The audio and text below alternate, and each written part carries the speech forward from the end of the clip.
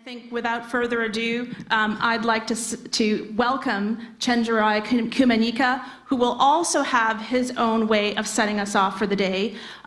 Hip-hop artist, assistant professor at Rutgers, I think it will be an award-winning podcast journalist soon with almost 1 million downloads. I should just get off the stage and bring this awesome guy up.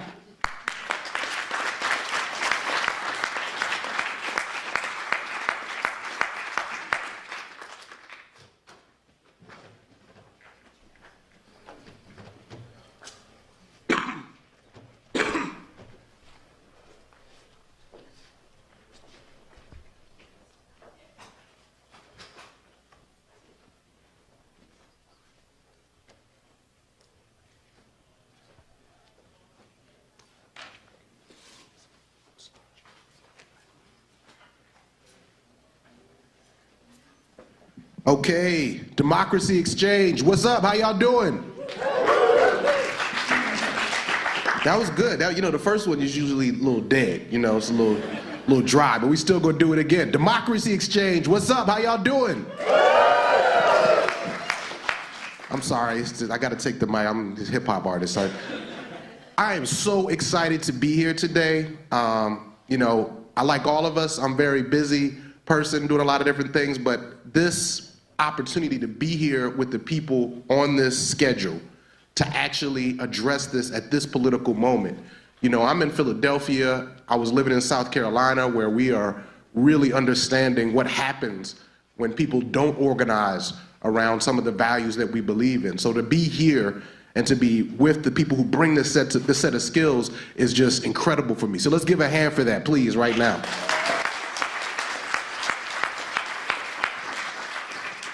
I know we're anxious to get started, but I do just want to thank, Anna Serrano for bringing me out, Chris Copplethwaite for bringing me, Natalie DeMonte, my friend Astrid Taylor, Kareem Bardisi with the Ryerson Leadership Lab, and everybody who has helped make it possible for me to participate. And did y'all see the schedule we got lined up? Have y'all looked at? I want to go to everything. I think I'm probably gonna have to make some choices. But I just want to say, while we're here, make sure that you link up with people. Just from the people I've met in the last 24 hours, I already have like 5 different ideas, like concrete follow-up things I'm trying to do. And the other thing is that I know everyone in here is a practitioner. And we're going to talk about a lot of different ways and exchange a lot of different modes and levels and approaches to thinking about democracy. But I think it's really important for people also to run for office. I just want to say that, and to try to get involved, and for you to encourage people who, don't usually do that, to run for office and get involved in the political process. I don't know much about it, but I moved to Philadelphia and I'm getting involved. And so is everybody down for that? Yeah. Just to get us hyped up, repeat after me real quick. Let's just start out by saying people. People. Pressure. Pressure. Power. Power. Politics. Politics. Policy. Policy. And then maybe peace. Right? All right. So again, and just make sure you connect and take advantage of the resources while you're here.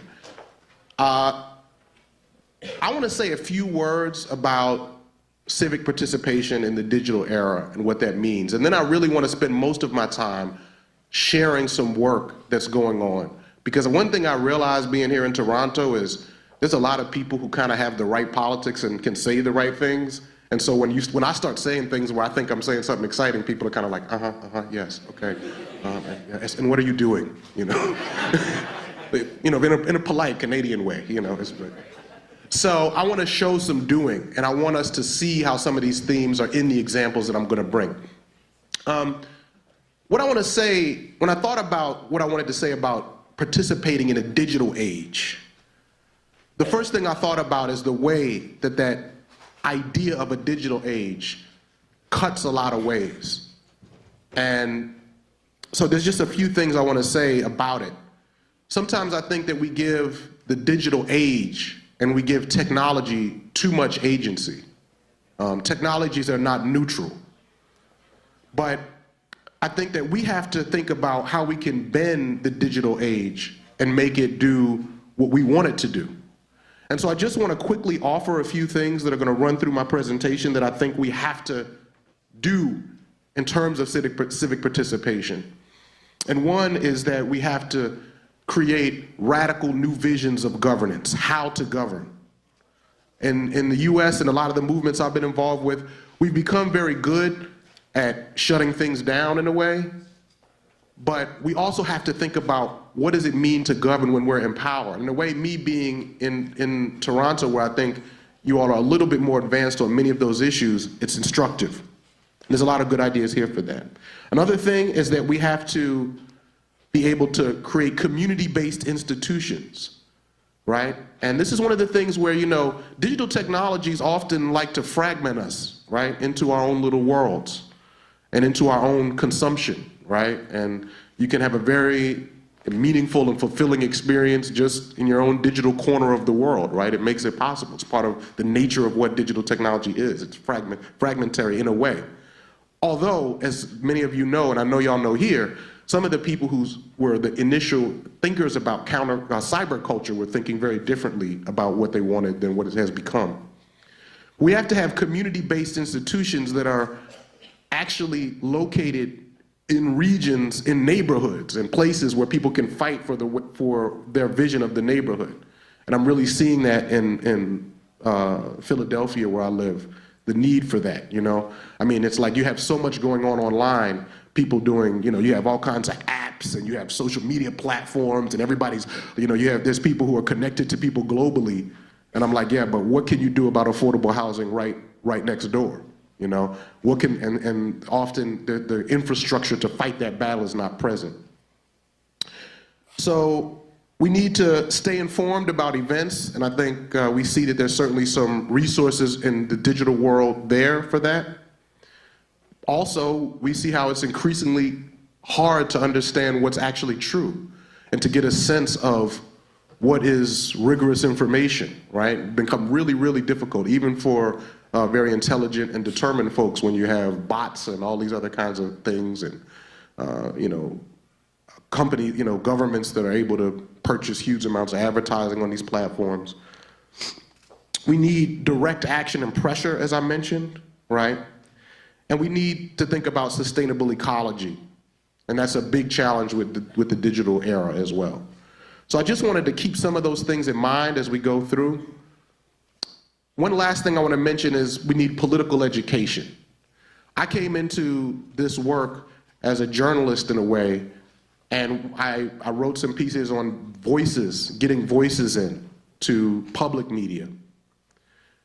And when we thought of, and I talked about diversity, so I became someone that people talk to about diversity in public media.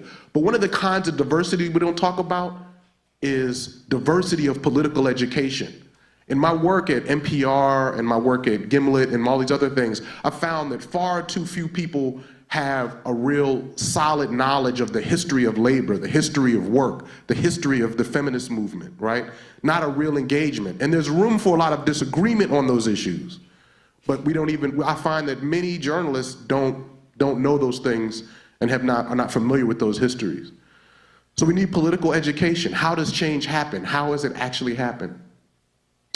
And thinking about those issues brought me to a project that, you know, I'm the co-host of a podcast called Uncivil. And so I want to share with you a little bit about this project briefly. You know, it's, I was trying to think about what would be a real contribution at this moment. And I felt like, in the same way that Canada's history is really complex, there's so many intersecting cultural histories, as Amy was talking about, that have to be unpacked. I felt that we also needed that work in the US. And so I said, how can we render that history in a way that can bring people in? And we've been able to create a podcast that has brought, you know, like almost 1 million downloads at this point. And people are signing it. And so I just want to give you a sense of it. I'm going to play the trailer, if I can get it to happen here. You know, history is a dissemination, not just... Okay, well, let me see here. This is the trailer that kind of sets up why we're doing this. I'm Jack Head, and I'm Chenjerai Kumanyika. Earlier this summer, we started going down to Charlottesville to interview people about the monuments. And then August happened.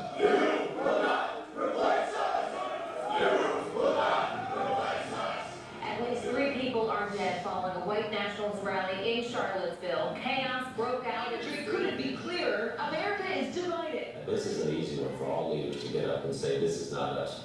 This is not us. I hear that all the time now. But the fact is, this is us. America's always been divided. From Gimlet Media, this is Uncivil. The show where we go back to the time that divide became a war. Where we ransack America's past and ruin the history we grew up with. We'll bring you stories of espionage, In that day and time, you had to be a spy. There had to be a lot of spy in you to be black and survive. Betrayal. I feel that someone has put a dagger through my heart. con artists, He produced $15 million worth of fake money. And black people fighting back. They help free themselves, you know? The girl's bad, you know? stories about mutiny, Corruption. raids, Issues endemic to the pervasive and unhealing powers of capitalism and white supremacy and the regimes of neoliberalism in American society. change, not in the trailer. Too late. You think the Civil War is still relevant now? American society was built out of the Civil War. The story of slavery, the story of the Civil War, the story of the statue, the story of America. This fall, we'll bring you the covert history of the Civil War, the history of America, Uncivil. coming October 4th. Subscribe now wherever you get your podcasts. For early access, visit uncivil.show. So you all are no stranger to podcasts, but I'm trying to think about how we in this room can do different things with podcasts. How can we push the agenda? How can we pull together the resources that are available from grants, the storytelling, the coding ability? You know, I was just talking to someone who had I was just talking to, I hope I don't want to sort of talk about things that someone else is supposed to present, but I was learning about a really cool app that helps you see the landscape of Canada in a different way in relation to indigenous culture and indigenous, not just culture, but indigenous structure, indigenous laws and treaties. And, you know, immediately as a producer, I start thinking about, okay, how can we have a story where we take someone who maybe is not very familiar with that and then record them going across the landscape using this app, right? And actually hear that transformation, right? And then get that out so that, you know, hundreds of thousands of people hear that. And by the way, I have to give a shout out. I think the podcast is called The Secret Life of Canada. Is that what it's called? That's already like, it's Black and Indigenous stories. You know, I mean, there's people already doing this work, so we need to connect to them, right? Because we're always, you know, history is an ongoing project. And one of the things we got to do on our podcast was connect with this woman, Christy Coleman, who runs this Civil War History Museum. And here was a comment that she made about history that I found so compelling. You know, history is a dissemination, not just of the facts that have been left behind, but it's a dissemination of the kinds of questions that folks are asking. That's why one of the things that makes me insane is people who say, well, you're just, you know, revisionist history, and that's not real history. And history is always revising because we are always asking new questions. And when new questions are brought to the table, we go back to the source material to find the answers. That's what we do. Yeah. Right. We had her and Nicole Hannah-Jones, MacArthur winner, and Al Letson on stage, and you know, we made sure we let them have some bourbon beforehand, so the truth was flowing out. But I want to get our minds going about ideas, right? So how do you tell this history? You know, I'm gonna give you one small snippet from Uncivil.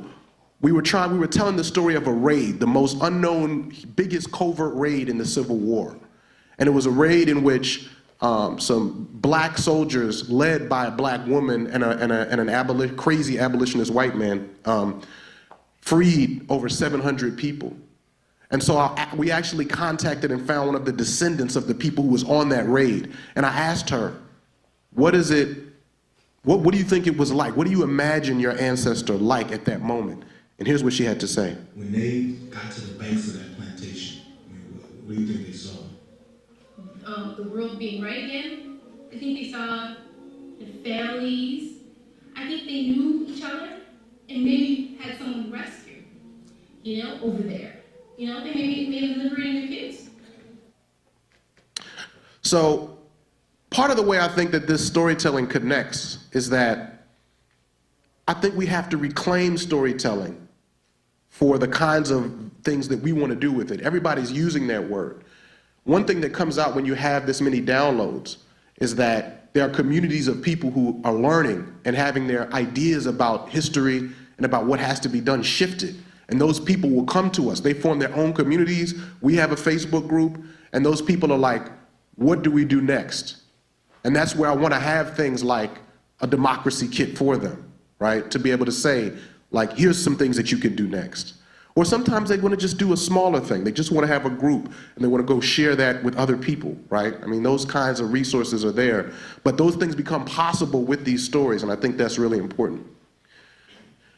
One of the reasons I make the kind of media that I do is because I started as a hybrid journalist organizer, and I just want to give you the snippet from the kind of thing that I was seeing when I really first started kind of live streaming, which was another form of participation in Ferguson during the Ferguson protests.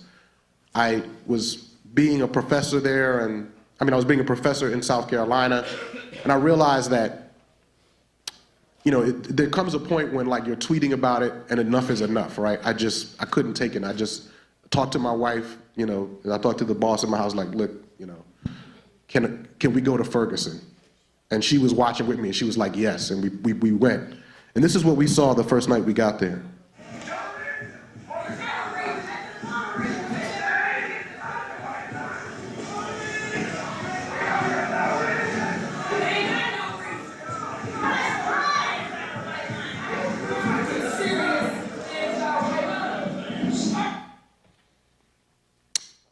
And I started live streaming from Ferguson and spent a lot of time there.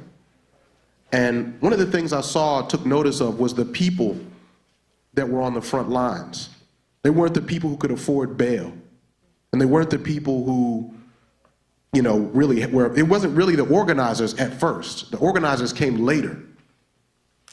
And this made me think about some youth that I had worked with in an organization called Street Poets back in 2008. And this is another group that I'm presenting their work, but I think that we can, they're still doing things and they need help, so we can connect, and there's an opportunity for exchange. Street Poets works in the juvenile detention centers in Los Angeles, and they do poetry workshops in the centers, right? And then they, after we do the workshops, while you have a relationship with the youth, and a lot of these youth in the neighborhoods that they live in, like they might have, like every family member is a gang member. So when they come out, Street Poets becomes another home for them. And so I was hired as a hip hop artist to run a studio in that place because a lot of them wanted to record their poetry and to do different things, right? And so we began to do that. And the idea is not that we're going to help the unfortunate kids, unfortunate youth, right? The idea is that those youth wind up becoming healers that have medicine and healing medicine for the whole society to transform the structure. So Street Poets is part of something called the Incarcerated Arts Network that is changing how the criminal justice system looks and what it does in Los Angeles.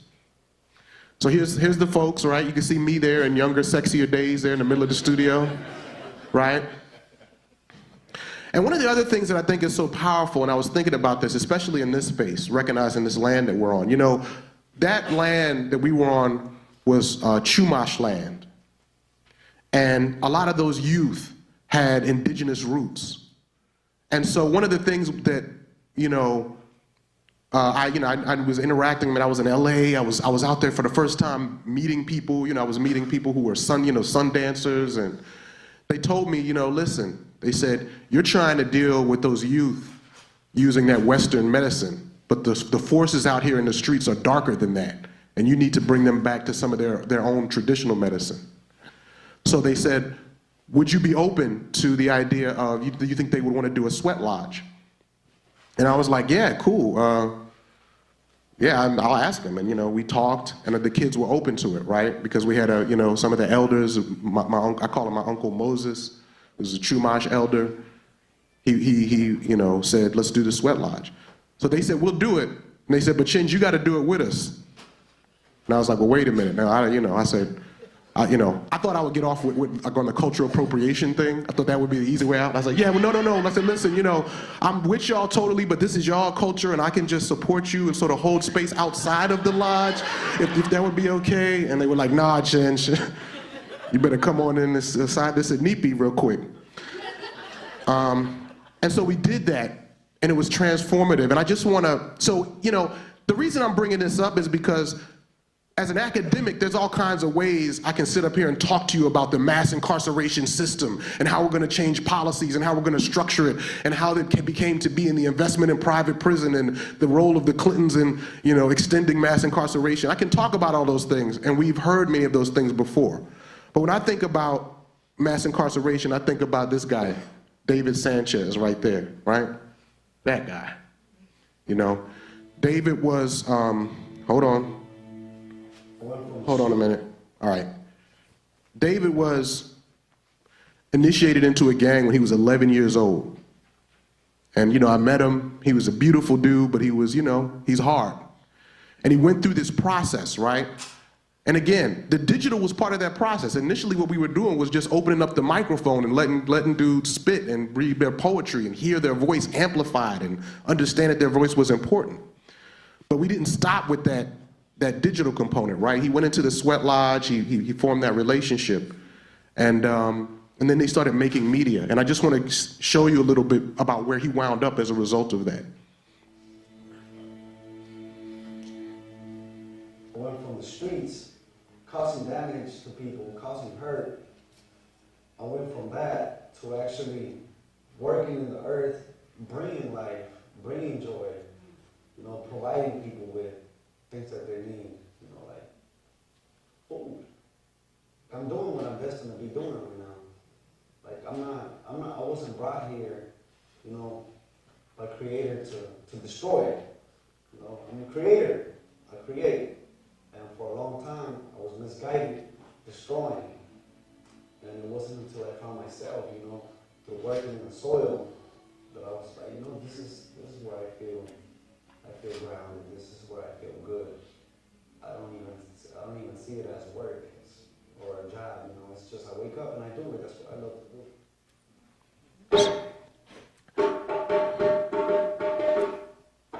So I feel knee deep in this system. Oh, he wasn't done. But let's let him keep going. Forcing me back to the darkness, but I won't fall back in the same mud I did before. I'll walk on a different road, through a different door, wanting more and more change to come.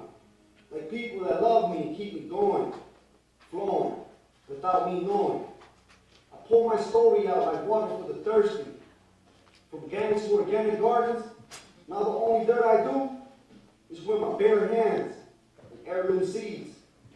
My heart screams peace with each rhyme I release. The wind, the trees, the birds and bees come together for this ritual, making the disconnect or reconnect, like war vets with their souls, becoming whole in this cold world. I'm warm by my daughter's hugs, my dirty chucks, and there's still grace of hope. Even when your dad is smoking dope, looking at life through a microscope. I welcome you to this show, where love floats and hearts know they can finally be safe, away from that beehive of lies, guns and knives.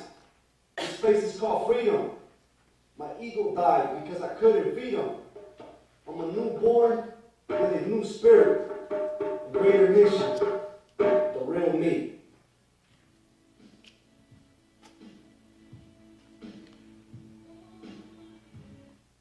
I think that personal story is important, and I'm very sensitive. I mean, probably too worried at times about how the personal is used to depoliticize things.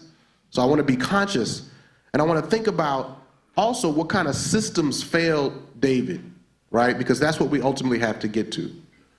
And the first system I thought about was the education system, right? And so in my own city in Philadelphia where I live, I started asking people about who knows about the education system. And everybody told me about this guy. His name is Antoine Little. Antoine lived in North Philly, and basically was a victim of something called the School Reform Commission. The state decided that since the schools were having budgetary problems, that basically they were going to take over the schools with this reform commission. We should understand that when we say that the school was having budget problems, that's because of a variety of maneuvers that happened over the course of decades that starved the city of public goods and taxes, right? And so now the schools don't have what they need to function. And I asked Antoine, and Antoine said, yeah, you know, he found out that, you know, his school was his school that his kids go to was one of the schools on the list to be closed. And so I asked him more about that, and he said, he referred me actually to someone else. He said, I don't want to be too much of a speak person. I got 5 minutes? Wow. All right, cool. All right, well, I'll just move forward. So I just want to play, this is the work of, the next thing I want to share with you is something it's a group in Philadelphia called Philly Sun. And they're doing work inside the schools, trying to reclaim education and reclaim citizen control of the schools. And so I just want to give you a taste of that. You ready? You're going to be on the camera. You ready? Okay.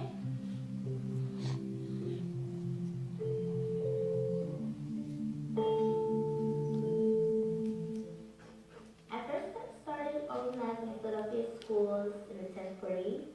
Philadelphia student union came into my class, and they did what they called a classroom takeover, where they take over the class and you stop basically the school district curriculum and you learn more political education about what's happening in Philly. I decided to come to one of their meetings after school, and so from there it's my history, and I've been helping ever since. So many times you hear that the community doesn't care about the school and that they're not engaged, and that, you know, it's okay with them if the charter takes over, it's okay with them if the students are failing, and I realize that's just so not the truth.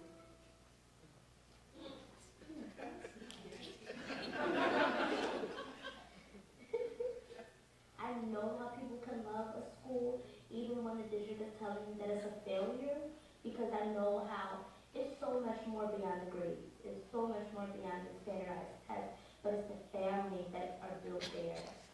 We have local people who they say are disengaged, but they're banging and they're fighting and they're requesting that the SRC disbands themselves so that they can show you just how engaged they want to be by running for an elected school board, because we know what's best for our community. We want our school back and fair funding soon.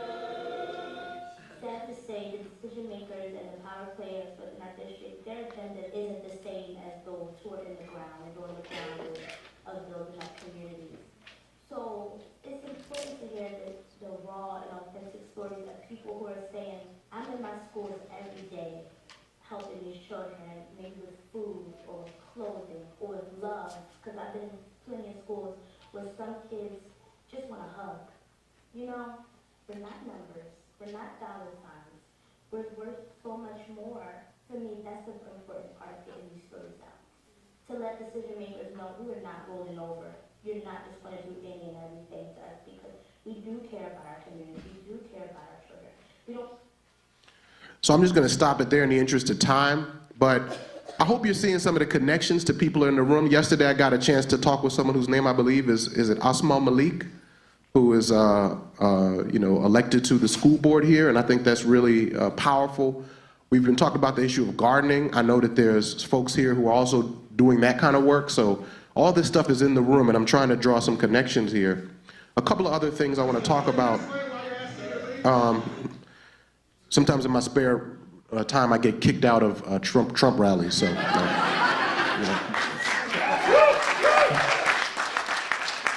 Maybe we'll talk about that in the Q&A. This issue of the digital also raises important issues of surveillance, right? And this is one of the ways that it cuts another way. And so, thinking about those systems, this footage here was at Trump's inauguration protests. Right now, at the same time while Trump is essentially meeting with tech companies to figure out how to use data to target immigrant communities. They're also prosecuting these J20 protesters who were protesting occupation in Palestine and just the Trump election. And you can see how those police are treating those protesters, kettling us. I'm in the mix of that crowd taping this. And those are, you know, since that was Inauguration Day, I gotta believe those are Obama's police, actually, rather than Trump's. So it's a real issue, and it raises issues of surveillance. We know that they've pursued black identity extremists. I'm gonna come back. So one of the things that a group called Media Mobilizing Programs is doing is a grassroots digital security training. They just had one, I think actually like a week, it was last Friday. And this is like grassroots in West Baltimore, community people who are gonna be activists, who are gonna be doing various things. They're teaching them how to deal with surveillance, how to protect themselves, right? And that's really important in Philly right now because we had an election through the combination of exchanging democratic ideas, building coalitions among people who generally don't get along and don't talk to each other, and also sharing, using all these platforms in a positive way. We were able to elect Larry Krasner, who is pretty much the most progressive DA in the United States. He's someone who ran on a platform of Black Lives Matter, of ending cash bail, of ending mass incarceration. I mean, it was sort of incredible to hear him on the night of the election. I was at the election victory event, to hear him declare those things as the platform. And there's just a couple of things I want to point out about this. The way that they set up the digital platform was such that a group of coalition community groups came together and figured out what their agenda for criminal justice in Philadelphia was, and then they made a platform where they let everybody be able to see the positions of each candidate. That was part of how they did it. It was very user-friendly. You can go to this website, Decarcerate DA, and they actually lay out their agenda. And then they came out and they came up with an agenda, because obviously we're celebrating the coalition that was built and we're celebrating that electoral victory, but at the same time, it's just the beginning, right? So then immediately, I think the election was Tuesday, Thursday, we were out in front of the DA's office with the groups, with the technology, with the agenda, and the community groups had agreed on what they want the first 100 days to be, right? And so I think it's an example not to get excited about Larry Krasner, but to get excited about a movement being in power. And that's one of the things I wanted to share with you. So I know that we're running a little bit behind on time. There's one other thing I want to share. I know that we're in a sector where you have tech companies who are trying to get us to think about the digital age in their way. And this is like maybe how they like to think us, like companies like Verizon present the digital to us often, right? It's all good, basically, kind of vision. Also using identity in the mix. And I think this is a different vision of what things really look like. Verizon needs to finish the job in Philadelphia. It is absolutely critical that Verizon hire more workers locally, including technicians and other staff. I'm here as a community member. The worst thing is feeling like really we have no choice. As a recently retired person, I have to spend as much money as we have to be able to get a landline or internet, or it's really outrageous. What Verizon is doing is an attack on the fine men and women of the CWA who have been on strike because Verizon is trying to get out of offering this vital service. When they want to take 5,000 wholesale jobs that are generated right here in the footprint in the northeast United States and send them to Mexico, to the Philippines, or India, rather than employ people right here. That's why we're on strike here. We involve Verizon repeatedly. We've used Verizon's website many times to try and obtain the fiber service, and the message we keep getting back from Verizon that it is not available now or after. Thousands of skilled workers on strike and the noble act of unity behind me. You undoubtedly have the workforce to deliver broadband access to our entire city. So Verizon, wherever you are, I know you have a contract, but I want to know, do you have a conscience? So I was talking with people earlier here that were talking about how communities make these companies and developers accountable for contracts, accountable to the community. What are we getting out of it? I'm going to stop there and just kind of wrap up so we can have a Q&A and keep moving forward. But I just want to say I'm really excited about the ideas we have in here, I hope that I've got your minds and hearts jogging a little bit to think about some stuff that we can do, some collaborations we can make. And, you know, basically, thank you for having me. Why don't we end on this note? Everybody say people. People. Pressure. Pressure. Power. Power. Politics. Politics. Policy. Policy. Peace. Peace. All right.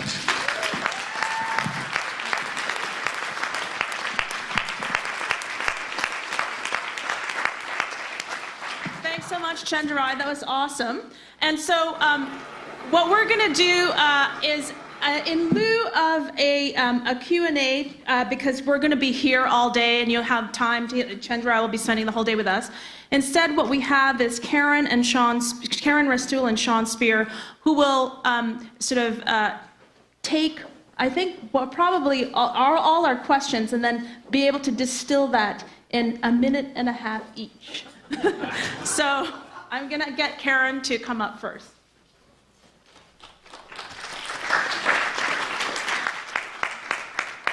I just finished telling Sean that he was up first. So many thoughts. Awesome opening to this, what is going to be a really great day. I don't know that I can, offer reflections that will answer all of your questions, because there are many brilliant minds in this room. Two things came to mind. Mainstream society is obsessed with individual rights. That's my right to vote, my right to act, my right to do as I please. And I say to that, it's bogus.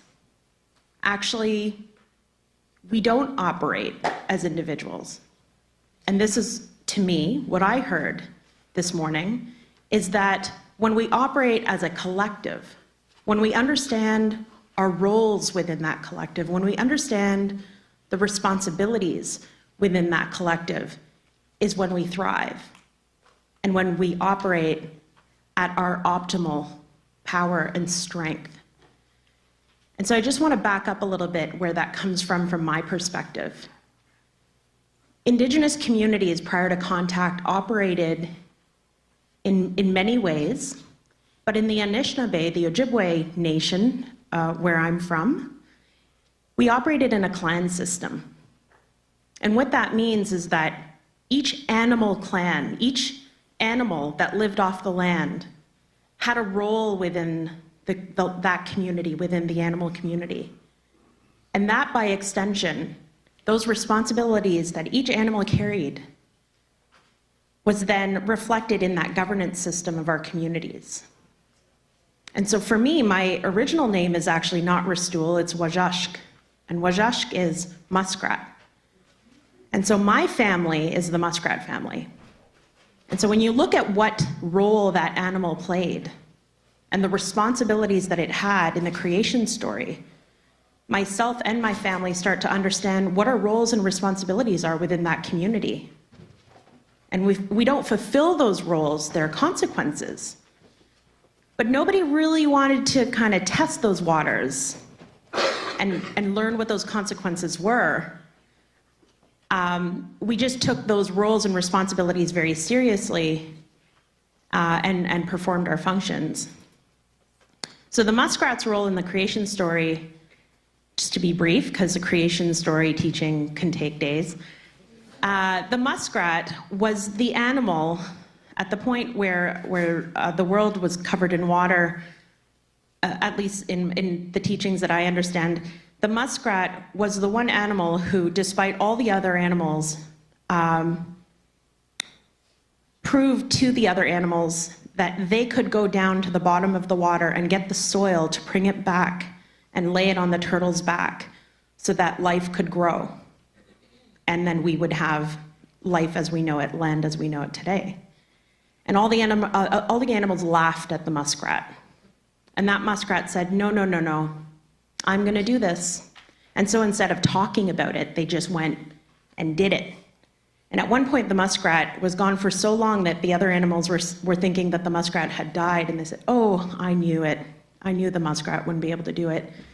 And when everybody had given up, the muskrat surfaced, pulled himself onto the turtle's back, collapsed in exhaustion, and in his hand had the soil that life would then grow on. And so understanding that story helps to understand what my family's role is in our nation. The tenacious, persevering, stubborn as heck, stopping at nothing, understanding that someone had to do it, and if no one else could do it, we would.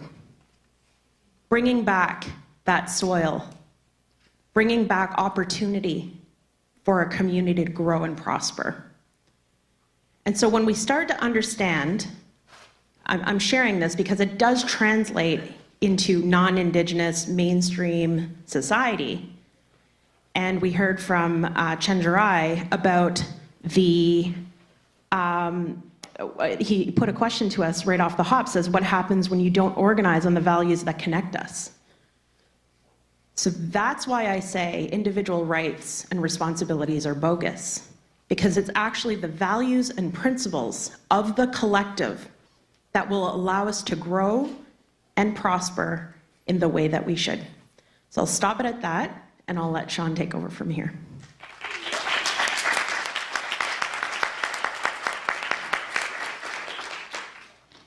Thank you. And thanks for letting me contribute and participate today. I have 27 points that I'll do seriatim, if that's okay. In all seriousness, I just have a couple of things I'll add to the conversation so far. The point about technology and its interaction with activism and political engagement, and the idea that there's two sides to the coin, I think is important. And how we think about that is that technology becomes more dynamic, becomes a greater and greater part of how we interact with each other and interact in the political arena will be important. I benefited greatly from a digital community in my early political engagement. I grew up in Thunder Bay, and it was a pretty lonely place for a young conservative. And a digital community enabled me to engage with people, enabled me to understand these predispositions that I was feeling. And without that, I don't know if ultimately I would have become a political activist, that I would have become engaged in politics. And so, that's one side of the coin. The other side of the coin, of course, is something that was raised, and that is the limits of non-spatial associations. Those include many things, including the risk of confirmation bias, the risk that we're not engaging more broadly in the community. And so I think how we think about these two sides of the coin when it comes to the role of digital technology in our politics is something that will be an ongoing process of trial and error. Just two final points. I really appreciated the focus on community-based institutions and localism more generally. When Amy asked me to close my eyes and think about democracy, I didn't think about the federal parliament buildings. I didn't think about the Ontario legislature. I thought about home. I thought about Thunder Bay. I thought about the work that my mother does with disabled kids. I thought about what people do in the shelter house. For me, that's political engagement. And as I get older, and I have a greater appreciation, I think, of the complexities of our society, the limits of policy, for me, increasingly effective political engagement where we can make incremental progress is through these community-based institutions and through local action. But one final point, I think, as important as that is, as important as changing people's lives one at a time, is, I think, where many of us can have our most important contribution, our most important influence on our communities, on our society. I take the point that someone needs to be thinking about systems failure. Of course it's important. I don't want to sound like I'm contradicting myself. I'm increasingly, I think, of the view that localism is the best means of galvanizing change, of galvanizing improvements around us. But someone needs to keep their eyes on systems failure. And so I think your call to engage, not just at the community level, but nationally or provincially, particularly those who have a predisposition to running. I think it's important. This ultimately is improving our communities, improving our society, improving our country, improving our world will require people who are drawn to both localist solutions and those who engage more broadly. And I think digital technology can be a big part of that, as long as we kind of continue to think through its limits, and with a particular focus, I think, on the extent to which its fragmentation precludes us from talking together sometimes. And so with that, thanks for having me, and thanks for your speech. And next time I'm just going to give Amy the floor, because I think she has more interesting insights than I do, but I'm grateful to be here. Thank you. Okay, so as we get ready for the next breakout session, we've got Our Communities, Our Rights and the Law in room B. And here we've got civic engagement by all means. But before we do that, we have a quick announcement, because as Chenjerai said, you know, and as Sean, you said at the end, we need to kind of take all of this local action and actually parlay it into real action. And Olivia Chow and Chris Copperthwaite will tell you just how to do that. Thank you, Anna. And Chenjerai, I just want to say, everybody, if you, your podcasting apps, if you take it out, subscribe to Uncivil as well. Chenjerai has a show, Seeing White, and I think just one specific thing we talked about yesterday, if you're interested, as I understand it, there are groups meeting up around this podcast, having conversations. It's something that definitely want to continue to work with Chenjerai on. So let's continue that conversation in particular. And so I am so excited, and as well to just mention a Democracy Kit. Do we have that slide? Or the Democracy Kit Campaign School. Not everybody in this room is going to run for office, although I hope many of you do. But everybody in this room can get involved in a municipal campaign. And we really encourage you in 2018. We're going to be working. This is really kicking off a year of real activity in supporting candidates running for office. And so we're so excited to be working with the Institute for Change Leaders on a campaign school. We hope to collaborate with others, whether it's Women Win Toronto, Equal Voice, others out there that want to collaborate on this campaign school. And Olivia, maybe I'll just pass the mic over to you. For DemocracyXChange registrants, it's free right now. You can sign up, and we'll send you all the details once they're confirmed. Okay. So we are going to do on February 24th, 10 days after Valentine's Day, in case you can't remember it, that we're going to ask you who you are, what's your passion, what is your story? Why do you want to be a change maker? What is one challenge that you faced in the past and the choice you made that made you want to be involved and make a difference? That's the first thing we're going to do, which is yourself. The second one is going to ask you, what is your vision? What change do you want? Where is that seed of hope? And a vision that you want to make the city a better place to be. And how do you engage all of us to be involved with you? Third thing we're going to do as an objective is that how then are you going to take your story to recruit other people to join your team? Because recruiting volunteers is not easy, especially keeping them is even harder. And engaging them in a very meaningful, transformative way is tough. We're going to teach you that as a third thing. And the fourth thing we're going to do is, now that you have a core message, you know why you're doing it, you have a group of volunteers, how are you going to canvass? How are you going to talk to ordinary folks? How are you going to do that and do deep canvassing and form meaningful relationship with folks? So that's the relationship side. And I know Chris' side is going to do all the technology one, the fundraising, the media, and I saw the 6 podcasts, all of those things we're also going to do, hopefully, all in one day. Maybe not. Maybe we may need another session about teamwork and all of that. But so, this is an offer you cannot for you to give up, because normally that would take a lot of money. Right now, just for today only, because you're here, maybe tomorrow also, you get a chance to register for free. Oh my God. So take up your phone. Yeah, thank you, Chris, for putting it together. Register now. Okay? Thanks. Thank you. Okay, so for those of you who are doing Our Communities, Our Rights, and Our Law with Jamil Javani, Tess Sheldon, Aisha Banduri, and Sabrina Dalon, please make your way over to room B.